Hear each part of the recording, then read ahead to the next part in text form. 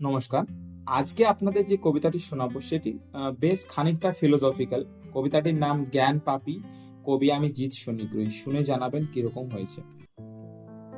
আমার রক্ত মিশে যাবে নর্দমার কালো জলে, অথবা আমার দেহটা হারিয়ে যাবে কয়েক ফুট মাটির নিচে পাতালের অতলে।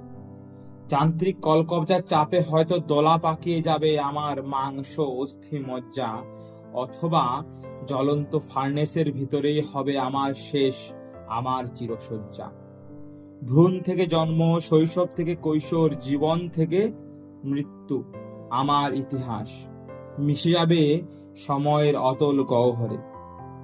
আমার অস্তিত্বের চূর্ণ বিচূর্ণ পরমাণু হারিয়ে যাবে ব্রহ্মাণ্ডের হিম শীতল অন্ধকারে। তবুও মাঝে মাঝে অপরের সাফল্য এবং নিজের ব্যর্থতা দেখে বুক হিংসায় ভরে ওঠে। নিজের স্বার্থে আঘাত লাগলে রাগে রাতের ঘুম ছোটে। সাধ্যের অতীত বস্তুর প্রতি জন্মায় লোভ, সামান্যতম কারণে মনে জাগে ক্ষোভ। মানুষ হয়ে জন্মে কেন পারি না জীবনটাকে শুধু বাঁচার জন্য বাঁচতে? কেন পারি না যা আছে শুধু তাই নিয়ে ভালো থাকতে? এ প্রশ্নের জবাব আমার জানা নেই।